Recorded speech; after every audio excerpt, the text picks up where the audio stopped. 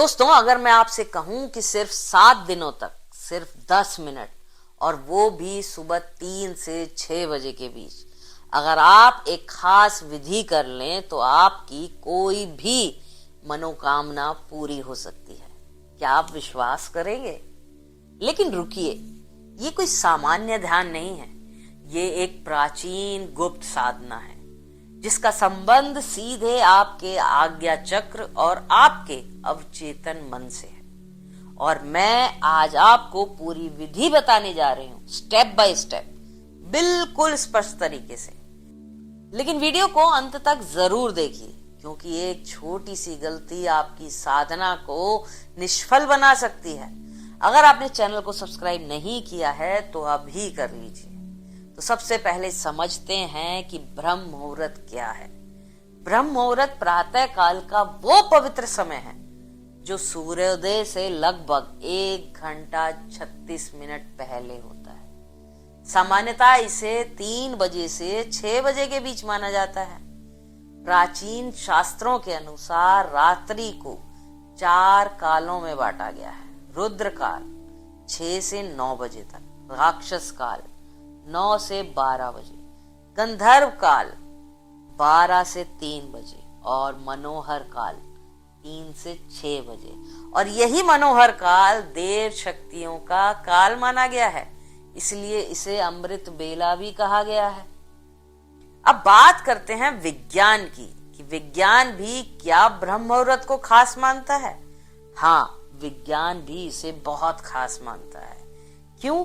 क्योंकि इस समय वातावरण में प्रदूषण न्यूनतम पर होता है, ऑक्सीजन की मात्रा अधिक होती है, वातावरण शीतल और शांत होता है और दिमाग पूरी तरह फ्रेश और विचारों से मुक्त होता है। जब आपका मस्तिष्क शांत होता है तो आपकी एकाग्रता 5 गुना बढ़ जाती है। इसलिए कहा गया है, जल्दी सोना और जल्दी उठना सफलता की पहली सीढ़ी है। अब समझिए कि इस साधना का सबसे महत्वपूर्ण भाग क्या है। वो है आज्ञा चक्र। आज्ञा चक्र दोनों बाहों के बीच होता है, जहां हम तिलक या बिंदी लगाते हैं। इसे संकल्प चक्र भी कहा जाता है। क्यों? क्योंकि यही वो स्थान है जहां से आपकी आज्ञा, आपका संकल्प, आपका आदेश आपके अवचेतन मन तक पहुंचता है। जब आप यहां ध्यान लगाकर कोई प्रार्थना करते हो तो वो सीधा आपके सबकॉन्शियस माइंड में प्रवेश करते हैं। और लॉ ऑफ अट्रैक्शन के अनुसार वो इच्छा आपकी पूरी हो जाती है। यही इसका साइंस है। इसकी तीनों चीजें विशेष रूप से कार्य करती हैं। पहला, आज्ञा चक्र, क्योंकि ये आज्ञा का स्थान है, आज्ञा को पूरी करता है। दूसरा, सांस जब अपने अंदर रोक कर रखते हैं तो शरीर में इमरजेंसी की स्थिति हो जाती है, जिसके आपके फालतू के विचार बच जाते हैं। पर इस विधि को करने से पहले कुछ सावधानियां आपको देखनी होंगी। जिन लोगों को हृदय रोग है, हाई या लो ब्लड प्रेशर है, सांस संबंधी समस्या है, तो वो इस विधि को कतई ना करें, क्योंकि इसमें सांस को रोकना पड़ता है। अब ध्यान से सुनिए वो गुप्त विधि। पहली है कि आपको उठना है ब्रह्म मुहूर्त में, यानी कि 3 से 6 बजे के बीच। हाथ मुंह धो लें और स्नान कर लें। खुली और शांत वाली जगह पर जाकर बैठ जाएं। ब्रह्म मुहूर्त का शाब्दिक अर्थ को आप समझने की कोशिश करें तो ब्रह्म का मतलब होता है देव, अर्थात जो ज्ञान के देवता है, और मुहूर्त का अर्थ होता है बेला, यानी कि समय। एक ऐसा समय जिसमें हम ज्ञान को समझने का प्रयत्न करते हैं, यानी कि ज्ञान को समझने का जो समय है उसको हम ब्रह्म मुहूर्त कहते हैं। ब्रह्म मुहूर्त का बहुत ही महत्वपूर्ण चर्चाएं हमारे शास्त्रों में की गई है। ब्रह्म मुहूर्त में ब्रह्मांड है, जो देव शक्तियां हैं, वो वातावरण में विचरण करती हैं। और अगर आपकी नींद इस समय के दौरान अचानक खुल जाती है तो इसका मतलब देव ऊर्जा आपसे संपर्क करना चाहती है। इसलिए जब आप इस समय में उठकर ध्यान जैसी शुभ कार्य करेंगे तो आपका शरीर ऊर्जा से भर जाएगा। इस समय बहने वाली वायु को अमृत वायु कहा जाता है, क्योंकि सारा प्रदूषण और सारी दूषित वायु समाप्त हो जाती है। इस समय सोकर उठने के कारण हमारा मस्तिष्क की सभी क्रियाएं भी बिल्कुल शांत होती है। इसलिए यदि आप इस समय अपनी स्टडी करते हैं, पढ़ाई करते हैं, या कोई प्लानिंग करते हैं, या फिर इंटर रिस्पेक्ट करते हैं, या ध्यान करते हैं, तो उससे आपको बहुत लाभ मिलता है। आपने वो कहावत तो सुनी ही होगी कि जल्दी सोना और जल्दी उठना सफलता की प्रथम सीढ़ी है। इसलिए यदि आप भी सफल होना चाहते हैं तो ब्रह्म मुहूर्त में उठना शुरू करें। इससे आपको बहुत सफलता मिलेगी। ये भी देखा गया है कि जो लोग सुबह जल्दी उठते हैं वो बाकी दूसरे लोगों से ज्यादा स्वस्थ रहते हैं, और जो अक्सर नाइट शिफ्ट करते हैं उनमें स्वास्थ्य संबंधी समस्याएं आने लगती हैं। कहने का तात्पर्य ये है कि अगर आप प्रकृति के साथ मेल जोल बनाकर चलते हैं तभी हम स्वस्थ रहते हैं, लेकिन अगर हम प्रकृति के खिलाफ चलना शुरू कर दें तो हमारी शारीरिक और मानसिक रूप से समस्याएं आनी शुरू हो जाती हैं। तो दोस्तों, अब तो आप समझ गए होंगे कि ब्रह्म मुहूर्त क्या है और इसका क्या महत्व है। अब हम बात करते हैं ध्यान विधि की। दोस्तों, सबको मालूम है कि प्रातः काल का समय ध्यान के लिए सबसे सर्वश्रेष्ठ होता है। इसलिए आज हम एक ऐसी ध्यान विधि की बात करेंगे जो विशेष रूप से ब्रह्म मुहूर्त में की जाती है। यदि आप इस विधि को निरंतर 7 दिनों तक केवल 10 मिनट के लिए रोज इसका अभ्यास करते हैं तो 7 दिनों के भीतर ही आपको इस विधि का रिजल्ट मिलने लग जाएगा। ये विशेष रूप से आपकी कोई इच्छा, कोई मनोकामना या कोई प्रार्थना जिसे आप पूरा करना चाहते हैं उसके लिए है। इससे पहले कि हम इस विधि पर पूरी बात करें, थोड़ी सावधानी रखनी जरूरी है। जैसे ऐसे लोग जिनको हृदय से संबंधित कोई कष्ट है, हृदय से संबंधित बीमारी है, ब्लड प्रेशर है या सांस की कोई बीमारी है, तो वो लोग इस विधि को ना ही करे तो बेहतर है। ये एक चमत्कारिक विधि है और बहुत जल्दी रिजल्ट देती है। इसके कारण इस विधि में हम अपना ध्यान अपने आज्ञा चक्र पर स्थित रखते हैं, और आज्ञा चक्र हमारा एक ऐसा चक्र है जो हमारे संकल्प का स्थान है। अगर हम इस चक्र पर केंद्रित होकर कोई प्रार्थना करते हैं, कोई संकल्प दोहराते हैं, तो संकल्प या प्रार्थना जल्दी पूरी हो जाती है, क्योंकि इस चक्र का कार्य क्षेत्र ही यही है। इसे हम संकल्प चक्र भी बोलते हैं। वो इसलिए क्योंकि इस चक्र पर ध्यान लगाने से हमारे संकल्प पूरे होते हैं। जैसे कि अगर कोई आज्ञा करे तो वह आज्ञा पूरी हो जाती है, वैसे ही पहले आप अपनी कोई एक मनोकामना लें।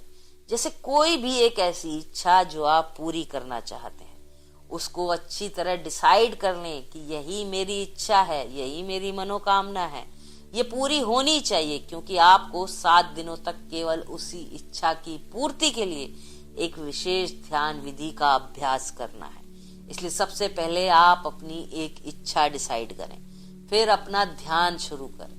सबसे पहले अर्ली मॉर्निंग यानी किसी ब्रह्म मुहूर्त के समय आप उठेंगे, और उठने के बाद फ्रेश होकर नहा धोकर, और नहीं नहा पा रहे हैं तो मुंह हाथ धो लें, और फिर उसके बाद अपने घर के मंदिर पूजा स्थल में अपने ध्यान कवच में ध्यान मत हो जाइए। ध्यान रखें कि ये एक ऐसी जगह है जहां बाहर की प्राण वायु भी आपके कमरे के भीतर प्रवेश करती हो, क्योंकि इस विधि को हम प्रातः काल ब्रह्म मुहूर्त में करते हैं। इस समय को शुद्ध प्राण वायु की जरूरत रहेगी, तो ऐसे स्थान पर बैठें जहां खुली हवा आपके कमरे तक आती हो। जब आप ध्यान में होकर बैठें तो कमर सीधी करके, गर्दन बिल्कुल सीधी, और दोनों हाथों को घुटने पर रखकर बैठ जाएं।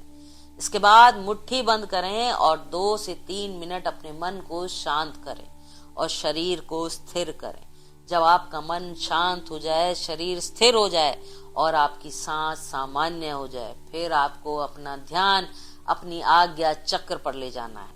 आज्ञा चक्र यानी कि दोनों बाहों के बीच जहां हम तिलक लगाते हैं, उस स्थान पर आप अपनी अवधारणा को, अपनी अटेंशन को लेकर आएंगे और वहीं पूरा समय आप अपना ध्यान बनाए रखेंगे। जब आपको इसी जगह पर लगातार अपने मानसिक नेत्रों से इस स्थान को महसूस करते रहना है। जब आप मानसिक नेत्रों से इस स्थान को महसूस करते हैं, अपना ध्यान यहाँ बनाए रखेंगे, फिर एक लंबी गहरी सांस भरेंगे और लंबी गहरी सांस भरकर उसको अंदर ही रोक कर रखें। जब आप अपनी सांस को अंदर भरकर रोक लेंगे और उस दौरान आपका ध्यान भी आज्ञा चक्र पर टिका रहेगा, उस समय आप अपने इष्ट देव या गुरु या फिर जिनको भी आप मानते हैं उनको सांस अंदर रोक कर रखते हुए उनसे प्रार्थना करें और उनको अपनी इच्छा बताएं। एक लाइन में आपको अपनी इच्छा बतानी है, बहुत लंबी चौड़ी लिस्ट मत रख लीजिएगा। और इच्छा ऐसी हो जिसे कि संसार का भला हो। जो भी इच्छा है एक लाइन में उसको दोहराना है और कहना है, हे गुरुदेव, हे परमात्मा, जिनको भी आप मानते हैं उनके आगे आप प्रार्थना करेंगे कि मेरी इच्छा पूरी हो। और तब तक आप उस इच्छा को दोहराते रहेंगे जब तक आपके अंदर उस सांस को रोक कर रखने की क्षमता है। वो सांस अपने अंदर 10 सेकंड भी रोक सकते हैं, 20 सेकंड भी रोक सकते हैं या फिर सेकंड में भी रोक सकते हैं। जितना हो सके बिना कष्ट दिए अपनी सांस को अंदर रोक के रखिए और उसी दौरान आपको ये इच्छा अपने इष्ट देव से मांगनी है। और तब तक अपने गुरु का स्मरण करते रहिए, बार बार अपनी इच्छा को रिपीट करते रहिए जब तक आपकी सांस अंदर रुकी हुई है। तब तक आपको लगे कि इससे ज्यादा आप सांस अंदर नहीं रोक सकते तो फिर धीरे से मुंह से सांस बाहर निकाल देंगे। याद रखें कि आपको अपनी सांसों को नाक से भरना है और मुख से बाहर निकालना है। इस तरह एक चक्र पूरा हुआ। फिर आप 15 से 20 सेकंड तक थोड़ा सा रेस्ट करेंगे और फिर सामान्य स्थिति में बैठे रहेंगे।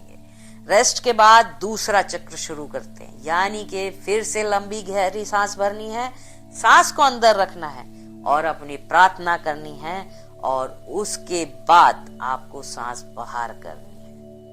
तो आपको रोज 10 मिनट तक ऐसा 7 दिनों तक करना है। क्योंकि ये पूरी विधि है इसलिए आपको 7 दिनों तक सच्चे मन से इसे पूरा करना होगा, तभी आपकी सारी इच्छाएं पूरी हो सकती हैं। अगर आपने बीच में मिस कर दिया या छोड़ दिया तो आपकी मनोकामना पूरी होने की संभावना कम हो जाती है। आखिरकार ऐसा क्यों होता है? इस विधि की क्या साइंस है? पहली बात, हमारी आज्ञा चक्र, जैसे पहले मैंने बताया आपको कि हमारा संकल्प का स्थान है, ये आज्ञा का स्थान है, तभी इसके नाम के आगे आज्ञा पड़ा हुआ है। आज्ञा चक्र पर केंद्रित होकर कोई भी ऐसी चीज की डिमांड करते हो तो डिमांड पूरी हो जाती है, क्योंकि ये इच्छा पूर्ति का स्थान है। दूसरी बात, जब हम इस प्रकार की सांस अंदर रोकते हैं तो क्या होता है, इससे हमारी पूरी बॉडी में एक इमरजेंसी सिचुएशन आ जाती है। तब तक देर तक सांस रोकते हैं तो क्या होता है, हमारा दिमाग रुक जाता है, हमारे विचार रुक जाते हैं। ऐसा क्यों होता है? ऐसा इसलिए होता है क्योंकि अब आपके पास लग्जरी नहीं, आराम से विचार करने की। इसलिए जब आप अपना सारा ध्यान किसी एक चीज को चुनकर लगाएंगे तो उस स्थान पर आपका ध्यान लगा रहेगा, यानी कि आपका मन पहले से ज्यादा एकाग्र हो जाएगा। और जब आप सांस भरकर रोकते हैं तो ये दूसरी महत्वपूर्ण चीज है। और तीसरी बात ये कि जब आप एक प्रकार एकाग्र हो जाते हैं तो बार बार अपनी मनोकामना को रिपीट करते हैं तो क्या होता है, इससे धीरे धीरे वो इच्छा आपके चेतन मन से अवचेतन मन में चली जाती है। यानी कि वो इच्छा 1 दिन बाद, 2 दिन बाद, 3 दिन बाद या जब जब विचार आए वो अवचेतन मन में जाना शुरू हो जाती है। और हमारा मन का विचार गहरा तल है और आप उस विचार को अपने अवचेतन मन में उतार देते हैं। और लॉ अट्रैक्शन भी कहता है कि ये इच्छाएं पूरी होती हैं। ब्रह्म मुहूर्त में और शुद्ध मन से कोई भी प्रार्थना करते हैं तो वो प्रार्थना जरूर सुनी जाती है। अब आप समझ चुके होंगे, अगर आपको कोई भी संकट में फंसे हो या आप उस संकट से बाहर निकलना चाहते हो और उस संकट से बाहर निकलने के लिए इस प्रकार से ध्यान करेंगे, या आपकी कोई बहुत जरूरी कोई इच्छा है, मनोकामना है, जरूरत है जिसे आप अपने जीवन में पूरा करना चाहते हैं, तो उस इच्छा या जरूरत को आप इस विधि से अपने जीवन में पूरा कर सकते हैं। एक बात और, कोई भी ऐसी इच्छा पूर्ति के लिए विधि का प्रयोग ना करें जिससे कोई नुकसान हो, अन्यथा इसके दुष्परिणाम के लिए आप खुद जिम्मेदार होंगे। और चैनल को आपने सब्सक्राइब नहीं किया है तो अभी कर लीजिए। नमस्कार।